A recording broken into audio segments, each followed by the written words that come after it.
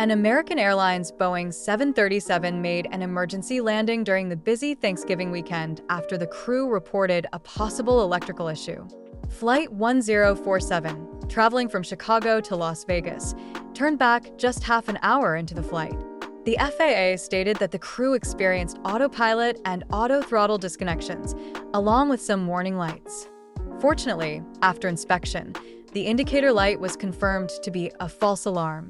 Passengers were later transferred to a replacement aircraft and continued their journey to Las Vegas. This incident highlights the importance of safety in aviation, especially during peak travel times.